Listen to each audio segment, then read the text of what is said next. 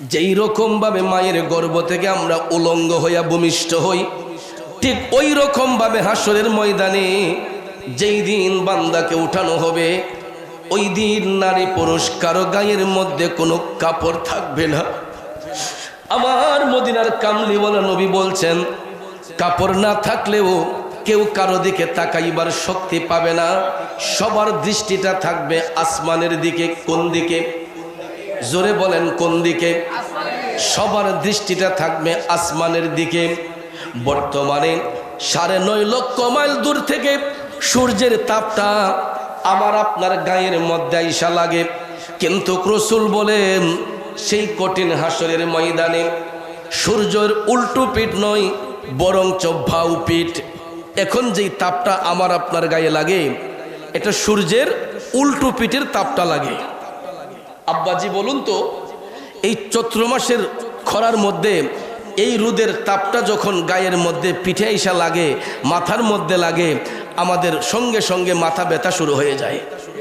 মাথার মধ্যে ছাতা ধরতে হয়, মাথার মধ্যে ছাতা ধরতে হয়, না হলে গাছের নিচে আশ্রয় নিতে হয়। কথা বলেন ঠিক না?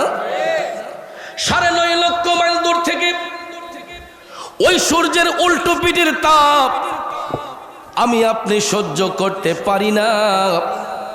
আমার মদিনার কামলিওয়ালা নবী বলতেছেন, সেই হাসরের মাঠে সূর্যের উল্টো পিঠ নয়, বরঞ্চ ভাউ পিঠটা মানুষের মাথা থেকে মাত্র 3 ইঞ্চি পরিমাণ দূরত্বে রাখা হবে। মানুষের মাথা থেকে মাত্র 3 ইঞ্চি পরিমাণ দূরে সূর্যের ভাউ পিঠটা ধরে রাখা হবে। বাজানবে জাহান্নামী ব্যক্তি যারা হবে, বেবিচারী মুনাফিক বেঈমান যারা হবে, এরা আপন আপন ঘামের মধ্যে ডুবে থাকবে। কারণ সূর্যের তাপটা যখন তাদের চোখের মধ্যে পড়বে, এই চোখটা গলে বাতের ফ্যান যেই রকম ঠকবক ঠকবক করে, ওই জাহান্নামী ব্যক্তিগুলার মাথার মগজটা তখন বাতের ফ্যানের মতো ঠকবক ঠকবক করবে। আবার মদিনার কামলিওয়ালা নবী, মায়ার নবী বলতেছেন, ওই দিন পিতা পুত্রকে চিনবে না, স্বামী স্ত্রীকে চিনবে না, ভাই ভাইকে চিনবে না, বোন ভাইকে চিনবে না, বন্ধু বন্ধুকে চিনবে না। অথচ দেখেন, এক বন্ধুকে আরেকদিন না দেখলে পরাণটা বাঁচে না। পরের দিন টেলিফোন দিয়া কই, দোস্ত রে, আজকে তোর সাথে দেখা হয় নাই, মনে হইছে 1 বছর পার হইয়া গেছে।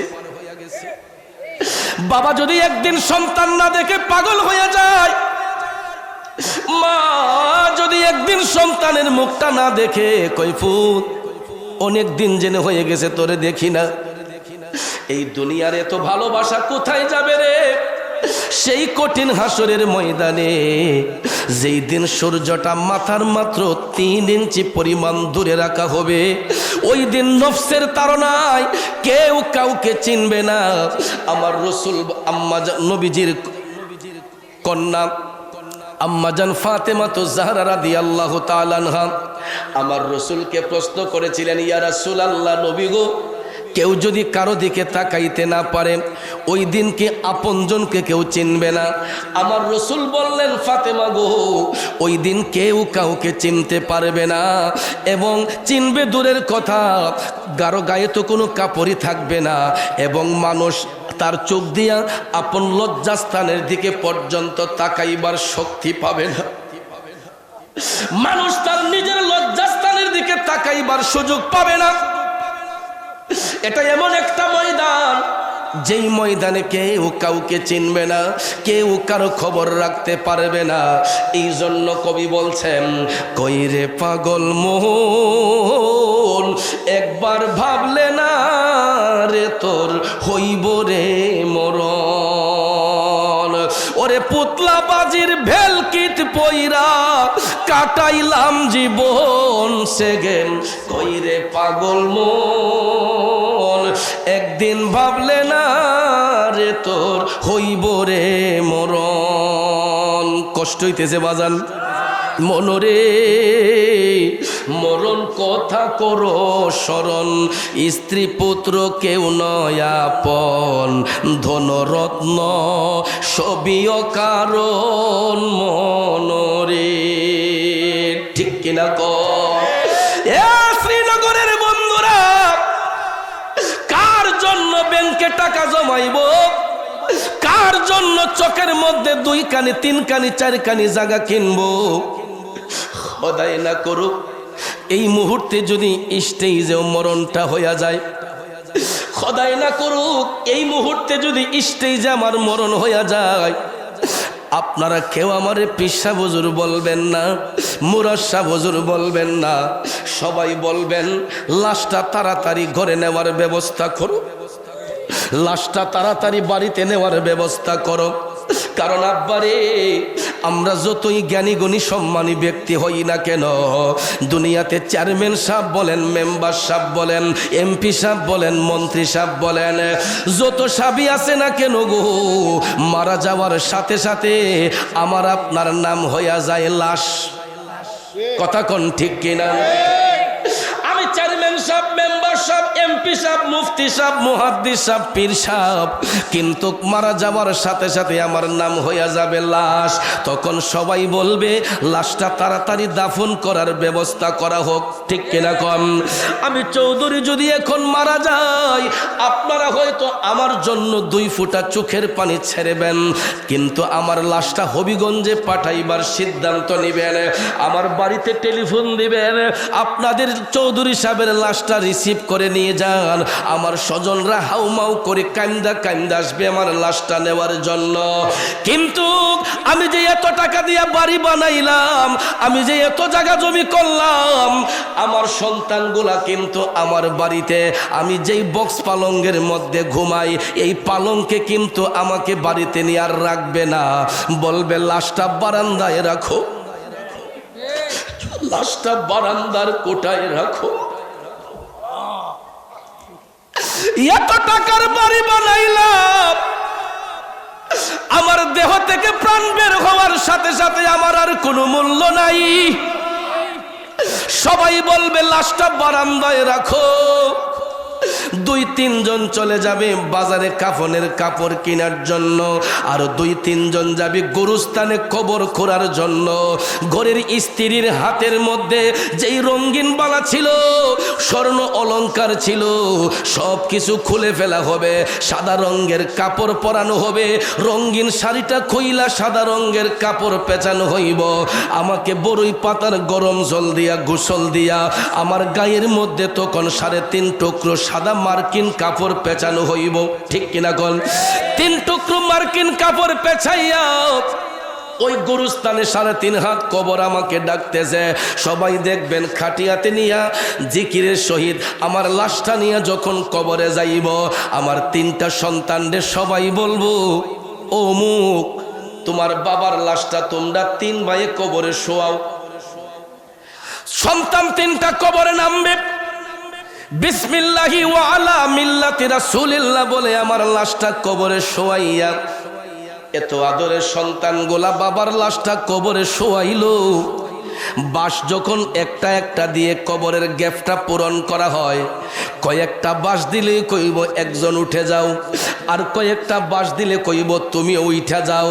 পায়ের কাছে আসার সাথে সাথে বলবে তোমাকেও আর থাকতে হবে না, 2 জনে টান দিয়া উঠাইয়া ফেলে।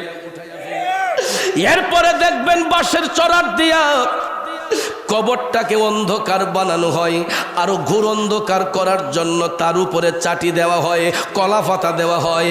এরপরে দেখবেন 2 পাশের মাটিগুলা টাইনা টাইনা জমাইয়া কবরটাকে একদম পরিপূর্ণ কইরা ঘোর অন্ধকার বানাইয়া 40 কদম দূরে যাইয়া ইমাম সাহেব হুজুর কয়েকবার সূরা ফাতিহা, 3 বার সূরা ইখলাস, কয়েক মর্তবা দুরূদ শরীফ পড়েন। মুনাজাতটা দিয়া স্বজনরা যার যার মতো করে বাড়িতে চলে যায়। সন্তানগুলা ঘরে আইসা 1 দিন 2 দিন 3 দিন বাবার কথা কইয়া কানবে। 4 দিনের বেলায় বলবে বাজারের বিটটা আব্বা আমারে দিয়া গেছে।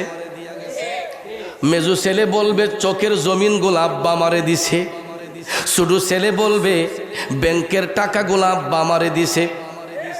কথা বলেন এ বন্ধু, আমি মারা যাবার 3 দিন যাইতে না যাইতে সম্পদ নিয়ে সন্তানগুলা ভাগাভাগি শুরু করে দিবে।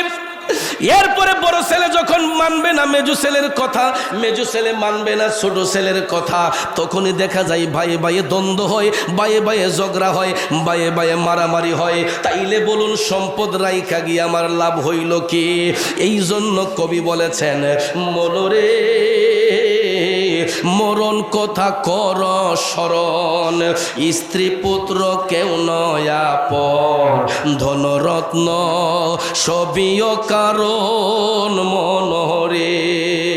ও ভাই তুই মরিলে,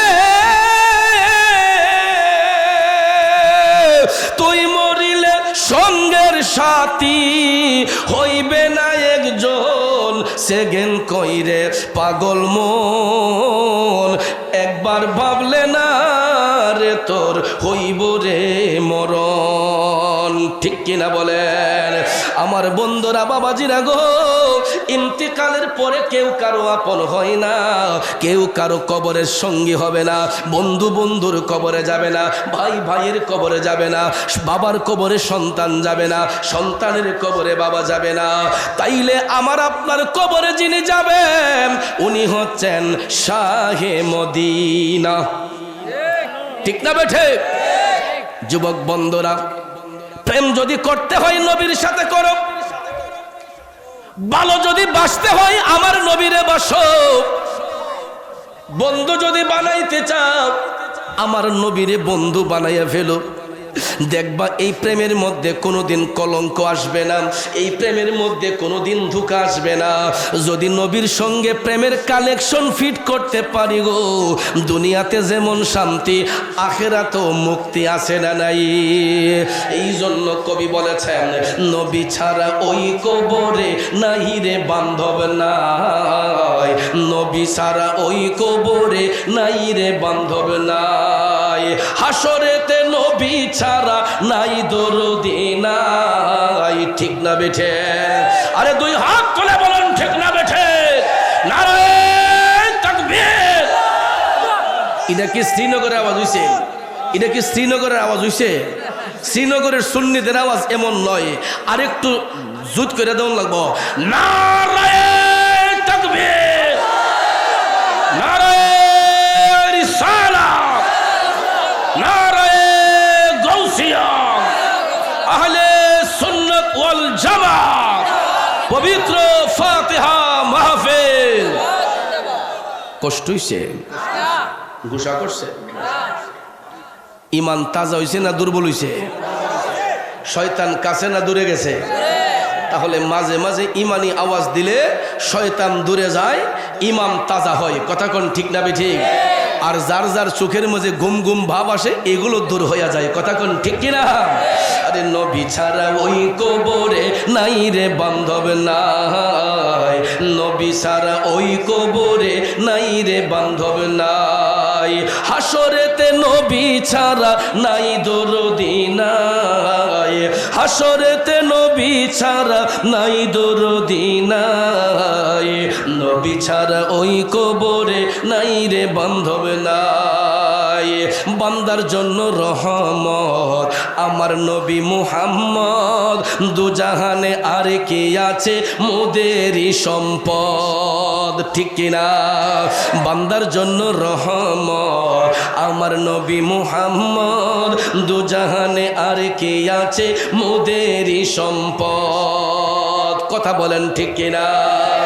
আমার মদিনার কামলিওয়ালা নবী যদি আমার আপনার আপন হইয়া যায়, ওই নবীর সাথে যদি প্রেমের কানেকশন ফিট করা যায়, কবরে গেলে নবী আপন হয়ে যাবে। ঠিক না ঠিক?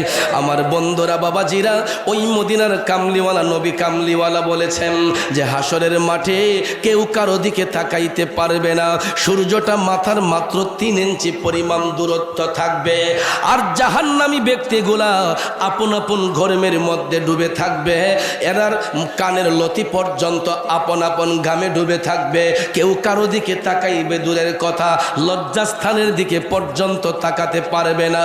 এমন সময় বন্ধুরা আম্মাজান আয়েশা সিদ্দিকা রাদিয়াল্লাহু তাআলা আনহা আমার নবীকে বলেছিলেন, নবী গো, ওই মুহূর্তে কি কেউ কারো কথা স্মরণ রাখতে পারবে?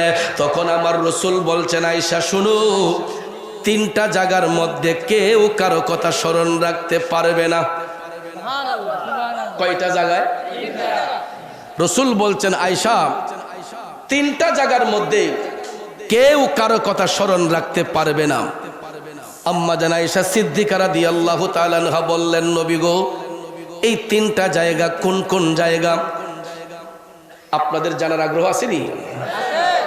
কোন কোন জায়গায় কেউ কারো কথা মনে রাখবে না? আগ্রহ আছে তো? বাবাজিরা আমার মদিনার কামলিওয়ালা নবী, মায়ার নবী, দয়ার নবী বলেন, আয়েশা,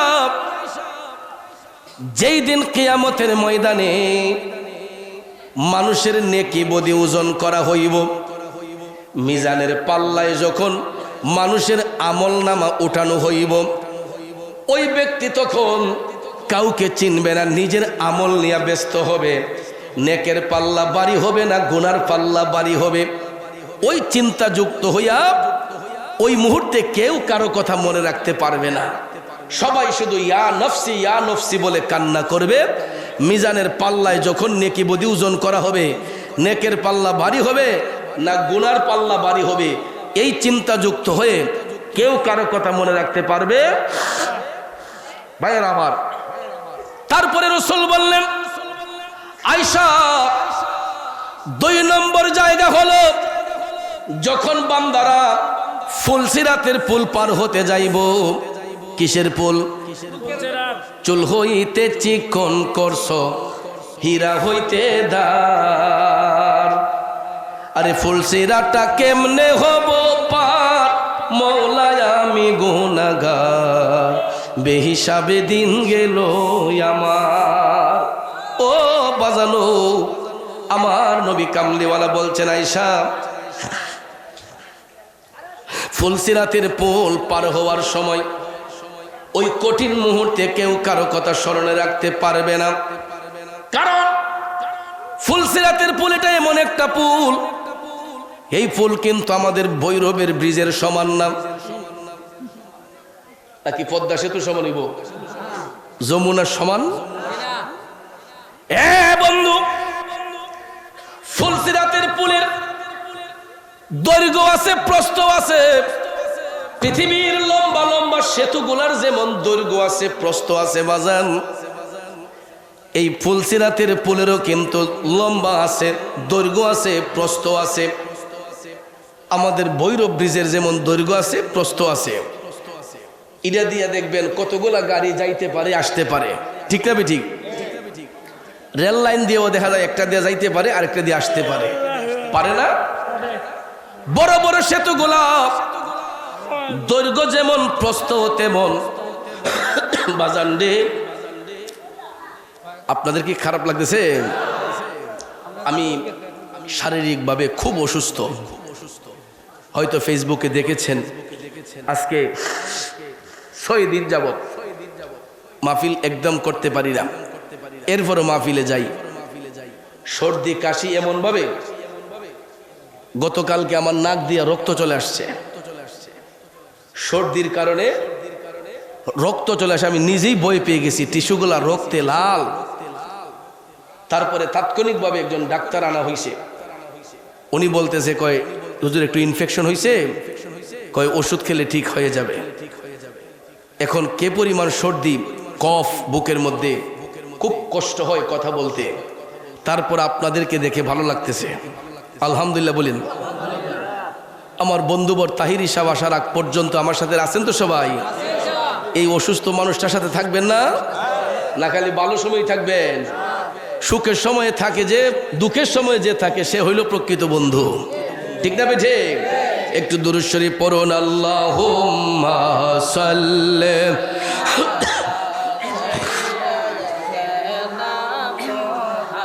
মাদিনা মাওলানা মুহাম্মদ নবিয়ানা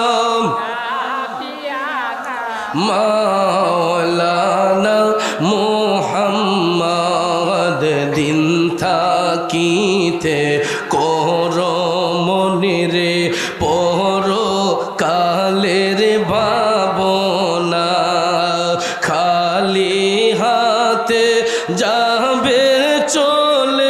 সঙ্গে কিছুই যাবে না। আল্লাহুম্মা সাল্লি মাশাআল্লাহ মুহাম্মাদ নবী শাফি মাওলানা। আমার বাবাজিরা, বন্ধুরা, গভীর মনোযোগ, রাত অনেক। বলতেছিলাম কি, দুনিয়ার ব্রিজ গুলার যেমন দৈর্ঘ্য আছে প্রস্থ আছে রে, ফুলসিরাতের পুলের দৈর্ঘ্য আছে প্রস্থ আছে। বাবাজিরা আমার মদিনার কামলিওয়ালা নবী, মায়ার নবী, দয়ার নবী বলেছেন ফুলসিরাতের পুলের দৈর্ঘ্যটা হবে পাও দিয়া হাইটা গেলে 30,000 বছরের রাস্তা। ফুলসিরাতের পুলের দৈর্ঘ্য হবে পাও দিয়া হাইটা গেলে 30,000 বছরের রাস্তা। প্রস্থটা হবে চুল হইতে চিকন, হীরা হইতে ধার। আমাদের দুনিয়ার লম্বা লম্বা সেতুগুলা তো কোনো না কোনো নদীর উপর বসানো হয়। ফুলসিরাতের পুল কোনো নদীর উপর বসানো হইব না, কোনো সমুদ্রের উপর বসানো হইব না, কোনো খালের উপর বসানো হইব না, বিলের উপর বসানো হইব না। ফুলসিরাতের পুলের নিচে থাকবে জাহান্নামের জ্বলন্ত আগুন। বাবাজি, জাহান্নামের জ্বলন্ত আগুনের উপরে 30,000 বছরের রাস্তা ফুলসিরাতের পুল আমার আল্লাহ বসাইব রে। ওই পুলটা হাইটা পার হতে হবে, সেখানে কোনো গাড়ি ঘোড়া থাকবে না, সেখানে কোনো গাড়ি থাকবে না, ইলেকট্রিক কোনো যন্ত্রপাতি থাকবে না। ওই ব্রিজটা পাও দিয়া হাইটা পার হতে হবে। 30,000 বছরের রাস্তা ফুলসিরাতের পুলটা যখন বান্দা পার হতে যাইব, আমার মদিনার কামলিওয়ালা নবী বলতেছেন ওই মুহূর্তে বান্দার মধ্যে এমন পেরেশানি শুরু হইব, কে তার স্ত্রী, কে তার সন্তান, কে তার মা, কে তার বাবা, এটা চিনার কোনো টাইম থাকবে না।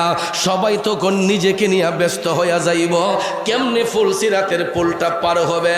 বাবাজি, তবে আফসোসের বিষয় নয়, আমার মদিনার কামলিওয়ালা নবী বলেছেন মুমিন ব্যক্তি যারা হয়, মুত্তাকি যারা হয়, মুমিন ব্যক্তিদের জন্য ফুলসিরাতের পুলটা এত সংকীর্ণ হইয়া যাবে। যদি এটা 30,000 বছরের রাস্তা, কিন্তু আমার নবী বলছেন মুমিন যারা হয়, মুত্তাকি যারা হয়, এরা চোখটা বন্ধ কইরা খুলতে যতটুক সময় লাগবে, চোখের পলকে মুমিনরা ফুলসিরাত পার হইয়া যাইব। আরো জোরে কন্যা সুবহানাল্লাহ।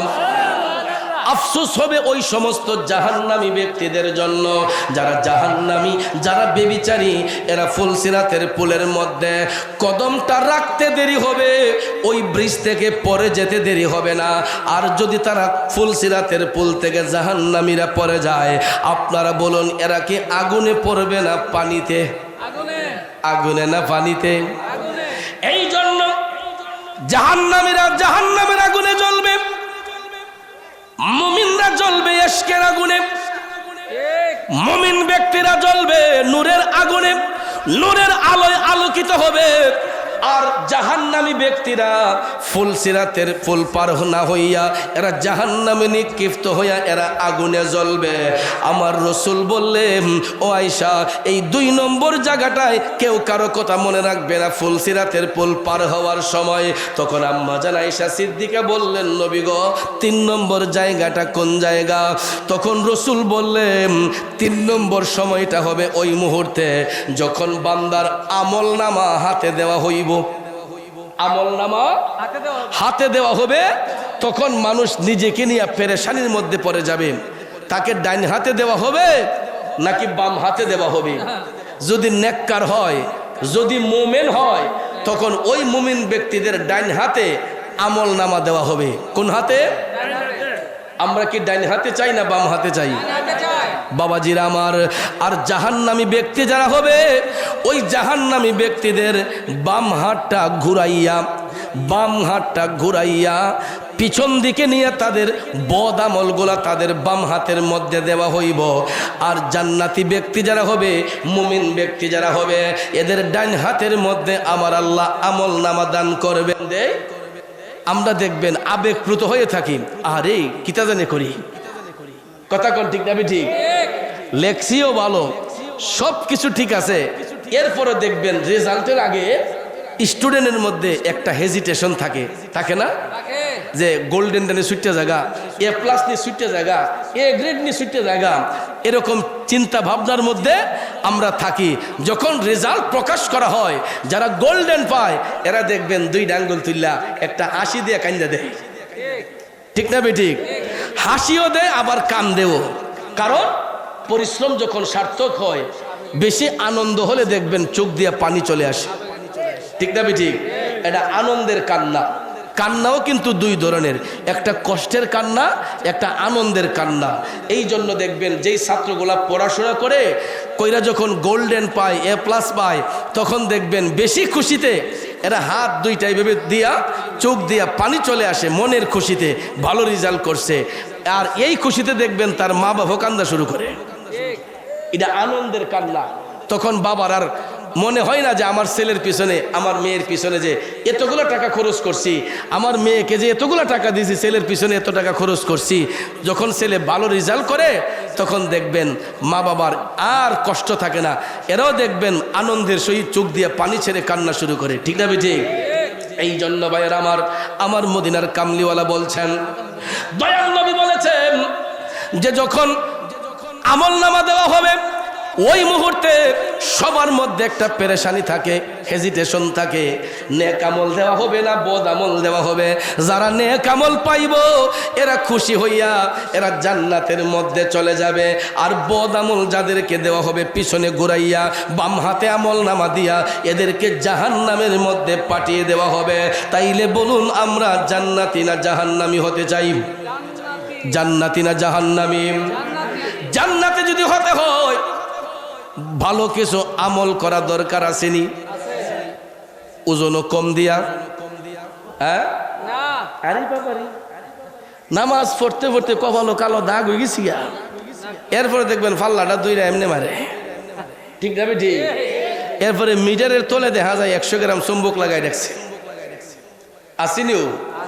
দেখাইতেছে জিরো, হেমদা কইলে আমি 100 গ্রাম খাইয়ে লিছে, আসেনি?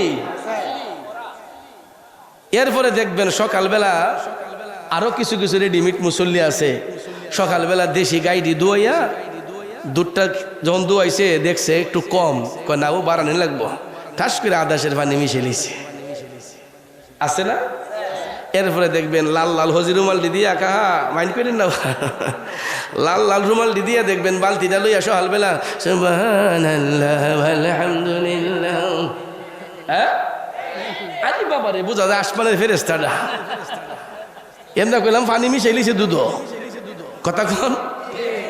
এমদা কইলাম পানি আদাসের মিশাই লিছে। অন বাজারও নিয়ে যখন মিটার চেক দিছে, মিটার দিয়ে চেক দিয়ে যখন দেখছে পানি করা হো মুসল্লি ডাইলা দেখেল্লা, কথা কন ঠিক না বেটি?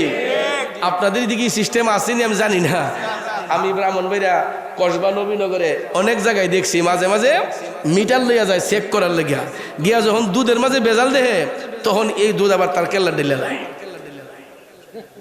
মাত্র 50 টাকা 40 টাকা লাভের জন্য আমরা এক ভাই আর এক ভাইয়ের দিলের মধ্যে আঘাত দেই, কষ্ট দেই, আরেকটা মানুষের মনের মধ্যে আঘাত দেই, ঠিক কিনা কন? ওরে মন ভাঙ্গে না মসজিদ ভাঙ্গে, ভাঙ্গে আমার আল্লাহর ঘর, ভাঙ্গে আমার আল্লাহর ঘর, মন মন্দিরে হে আল্লাহর বাড়ি, ব্যথা দিস না তার ভিতর, ঠিক কিনা বলেন? কি হবে নামাজ পড়ে, কি হবে রোজা রাইখা যদি আমি আরেক বাইরে ওজনে কম দেই, তরকারির মাঝে বিষ মিশাই? ওই দিন ফেসবুকে দেখলাম, হাসান আমি ইচ্ছা কইতারি না, এক বেটার কবি হেতের মাঝে গরু ছাড়ছে, কবি হেতের মাঝে যে বিষ মারছিনি, গরু খাইয়া 4 গরু মরে গেছে। এই বিষগুলো আমরা ফেটো যায়, কথা কোন ঠিক না বেঠিক?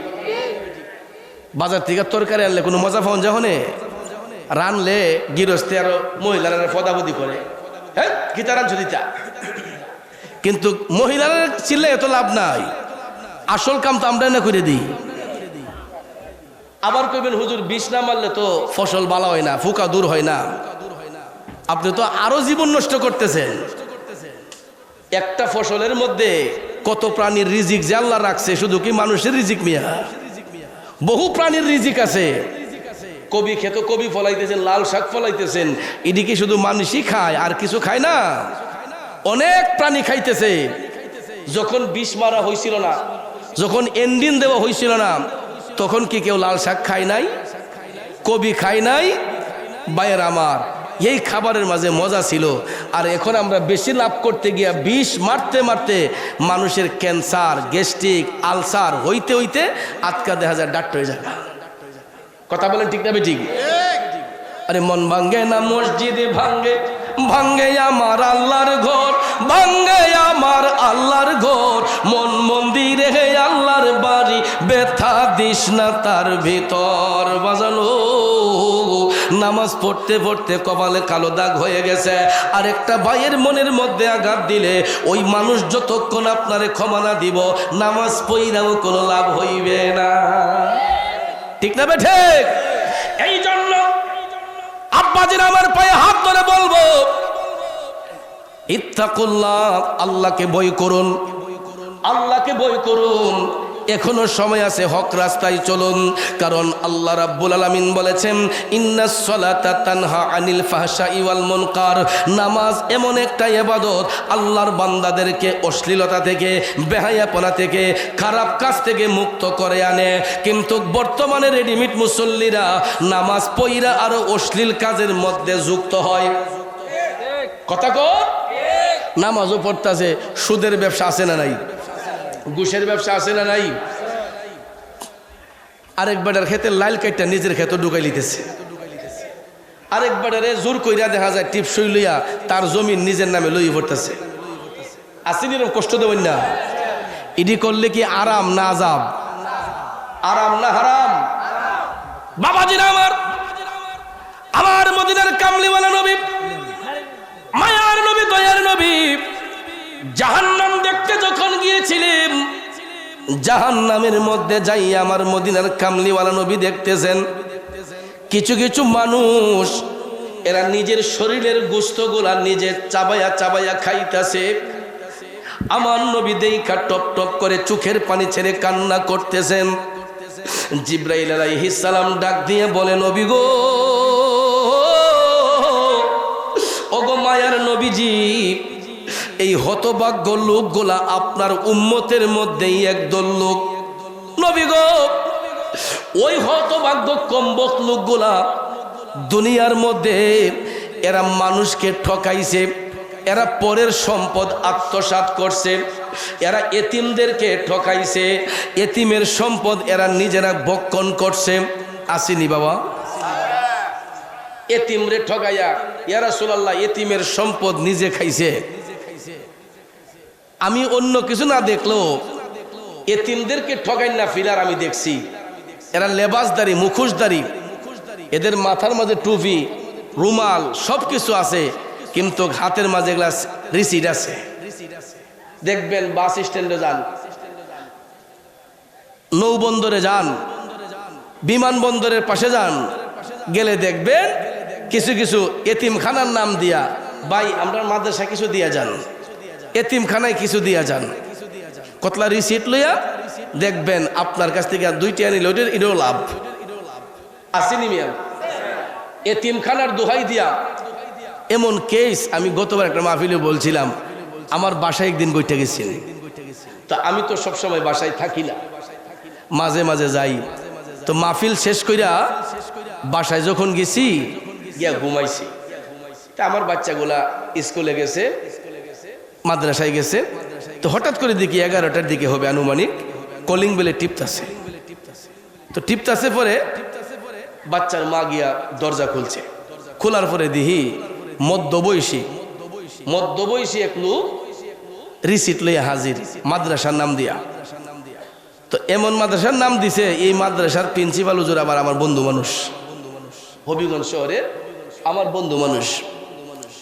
এরপরে বাড়ির দরজা খুলে যখন দেখছে, উনি গিয়া কি করছে, আমি দেখি আমার হিতানো ওই আমার পার্স ব্যাগটা ইটা আতাইতেছে। আমি কই সুর ঢুকলো নি? আমি বলে ভাবছি সুর মনো, অন পিছনে চাইয়া দিই না, আমরা বাচ্চার মা। তোকে যাক বালাসুরি ধরছে। তো এরপরে আমি কই কিতা কই এতিমখানার থেকে লোক আইছে আপনারে খুঁজতেছে। আমি উঠতে গেছি, গিয়া দরজা খুললা দেখি মুরব্বী রিসিট, তখন দেখা যায় এটা ওই মাদ্রাসার রিসিট। আমি কইলে আচ্ছা একটু বন, কারণ আপনি যাইছেন হুজুরে পাঠাইছে? কই জি, এটা আমরা জায়গা জায়গা বাক করা আছে, হুজুরে বলছে এমুকজন এই সাইডে যাবন, এই সাইডে যাবন। এরপরে আমি কই আচ্ছা ঠিক আছে, হুজুর একটা ফোন লাগাই। ফোন লাগাইয়া আমি কইছি মুরব্বী একটু কথা কন হুজুরের লগে। আমি ফোন দিয়া কইছি যে ভাই আপনারা কি কোনো কালেকশনের লেগা লোক পাঠাইছেন শহরে? না ভাই, আমরা মাদ্রাসা থেকে তো এরকম কোনো আদেশ নাই। এই কথা কইছি পরে দেখেন এক মুরব্বী এসে দেনছেন, হালিকে কইছিলাম যে হুজুরের কথা কন, এবারটা 2 তলার থেকে ফাললে ফিরে জায়গা এমন এক দৌড় দিছে। ওখান দেখা যায় আমি সিঁড়িটা লামতে লামতে এবারে আমার গেইটে সীমানা ফারিয়ে কই যে গেছে আর ভাই না।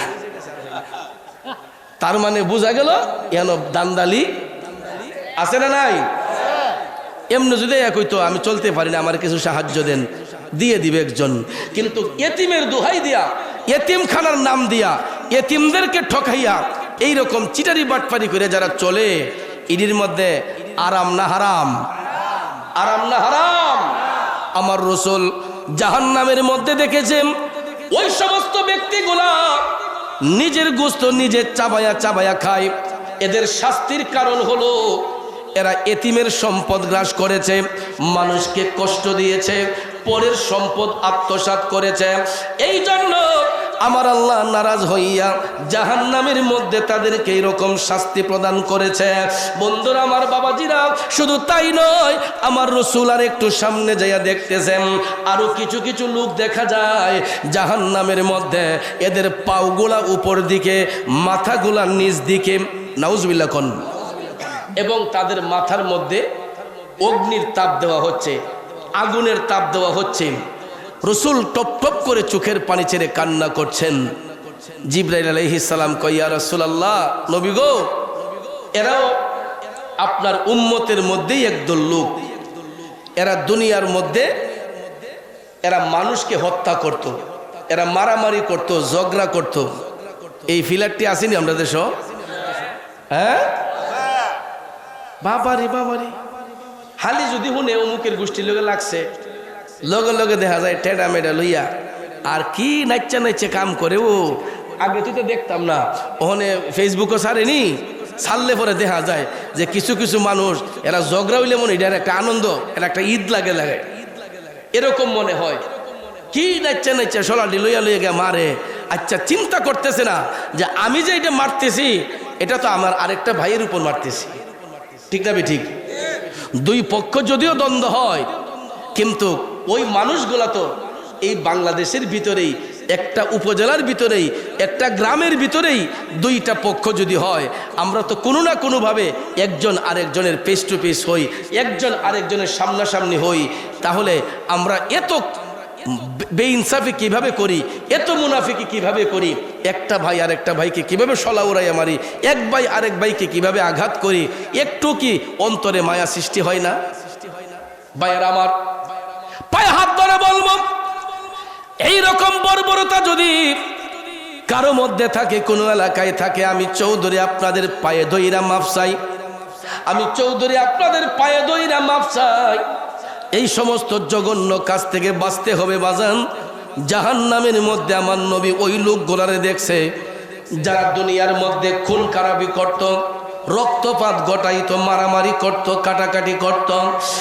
আমার নবী দেখেছেন ওই লোকগুলার পাওগুলা উপর দিকে, মাথাটা নিচের দিকে, এবং তাদের মাথার মধ্যে অগ্নির তাপ দেওয়া হচ্ছে। বাতের মগজ ফ্যান যেরকম ঠকবক ঠকবক কইরা উতলায়, ওই সমস্ত জাহান্নামী ব্যক্তিগুলার মাথার মগজটা বাতের ফ্যানের মতো ঠকবক ঠকবক কইরা উতলায়। এ বন্ধুরা আমার, বাবাজিরা, আপনাদের পায়ে হাত ধরে বলবো, এই রকম জঘন্য কাজ যদি কোনো এলাকার মধ্যে ঘটে থাকে, আল্লাহর হস্তে পায়ে ধরে মাপ চাই। এই কাজ থেকে দূরে আসতে হবে, সব সময় আল্লাহকে ভয় করতে হবে। আসুন আর একটু সামনে যাই। দয়াল নবী আমার আর একটু সামনে গিয়া দেখতেছেন আরো কিছু কিছু লোক দেখা যায়, এদের পেট গুলা অনেক উঁচা উঁচা, পেটের চামড়া গুলা খুব পাতলা। সাপ বিচ্ছুগুলা তাদের পেটের ভিতরে কিলকিল করতেছে। নাউজুবিল্লাহ কি বাদ দিয়ে কইবেন না? টাইম হইছে না হনো? আরো জোরে কোন নাউজুবিল্লাহ। রসুল দেখতেছেন পেটগুলা উঁচা উঁচা, পেটের চামড়াগুলা খুবই পাতলা, সাপ বিচ্ছুগুলা তাদের পেটে কিল কিল করতেছে।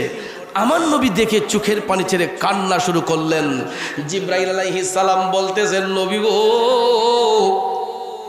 কেন আপনি কান্না করতেছেন? জানেন নি এরা কারা?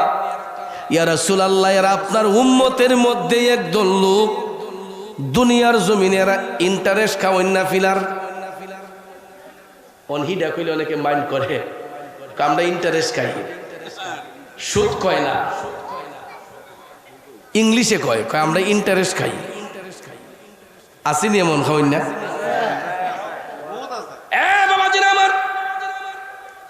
ইসলাম করজায়ে হাসানাকে বৈধ করেছে, সুদ ঘুষকে হারাম করেছে, কিন্তু আব্বা একটা ফাইল একটা টেবিল থেকে আর একটা টেবিলে যাইতে গেলে যতক্ষণ কালো টাকা না দেওয়া হয় ততক্ষণ পর্যন্ত ফাইলটা লড়ে না। হ্যাঁ, তা আমি ভাবছি আমি মনে হয় সরল মানুষ, হুজুর মানুষ, তা আমার এদিক কেমন মায়াটা লাগবো। তা আমার গাড়ির কাগজে একটু সমস্যা। আমার যে আগের গাড়িটা, এটার সেলস রিসিট আমার বাসার থেকে আড়াই গেছে গা।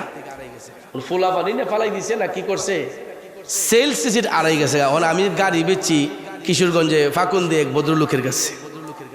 তো বেচছি পরে উনি মাস্টার সাহেব মানুষ, অত্যন্ত ভালো মানুষ। তা আমার সময় দিতে দিতে বৎসর পার করে লিছে। তা আমি আর মালিকানা দিতেছি না, গাড়ি বেচছিটি হইলার গেছে, মালিকানা আর দিতে পারতেছি না, কারণ সেলস রিসিট ছাড়া তো এটা মালিকানা হস্তান্তর হয় না, ঠিক না? ভদ্রলোক মানুষ, অত্যন্ত ভালো মানুষ। তা আমারে কয়, ভিসা হুজুর আর কত বইবেন আমারে, গাড়িটা এখন দেন না আমার নামে কইরা। এরপরে গিয়া যখন দেখলাম যে এটা বিশেষ প্রয়োজন, তো এইটা গাড়িটা কিনছিলাম একটা কোম্পানি থেকে, ঢাকা এক কোম্পানি থেকে। তো কোম্পানি খুঁজা গিয়ে বাইর করছি, ঢাকা খুঁজা বাইর করছি। বাইর করার পরে বড় ভাই একদিন গেছি, পরে কয়েকটা পরে আইসেন দেখা যাক। মানে আমরা যে দুইটা মানুষ গেছি এটা ভাবতই নাই, এমডি স্যার নাই। তো পরে আবার গেলাম আরেকজন লইয়া, কয় ওই দিনে গিয়া 2 ঘন্টা বইছি। পরে ভাই আপনারা এইভাবে আইসেন না, এটা তো অনেকদিন আগে আমরা বেচছি, এটা আমরা জানি না। আমার তো হে তারা ছাড়া তার উদ্ধার হইতে পারি না, এটা বাধ্যতামূলক, কোম্পানি আমাকে অথরাইজ করতে হবে। 3 দিন পরে 4 দিনের বেলায় এখন কইলে এই দরমান আদালত তো হয় না। পরে গিয়ে এক ভদ্রলোককে ধরলাম, বনানীর, উনি বিএনপির এক বড় ভাই, ওনারে গিয়ে ধরছি। পরে ওনারে একদিকে গেছি, পরে ওই গিয়া টনক নড়ছে। কেমনে লড়ছে? এমনি না, তাই না গিয়া মনে হয় কিছু কইছে আর কি, যে বুঝছি বুঝছি কিতা দিতাম ইডা দেওয়ার পরে ওহন গিয়ে একটু লড়াচড়ি হয়েছে আর কি। পরে এখন শুনলাম বাউবিদ করছে, ওহনও পুরো আইসে না, এমডি স্যার বলে এখনো দস্তখত দিছে না। তাই আমি এটা দিয়ে লাই সিটি হই, তো আমার তো উদ্ধারণ লাগবে, ঠিক না? ঠিক, আমার তো এটা দিয়ে হইলে এখন উদ্ধারণে তো এই ভদ্রলোকের মন রাখতে পারতেছি না।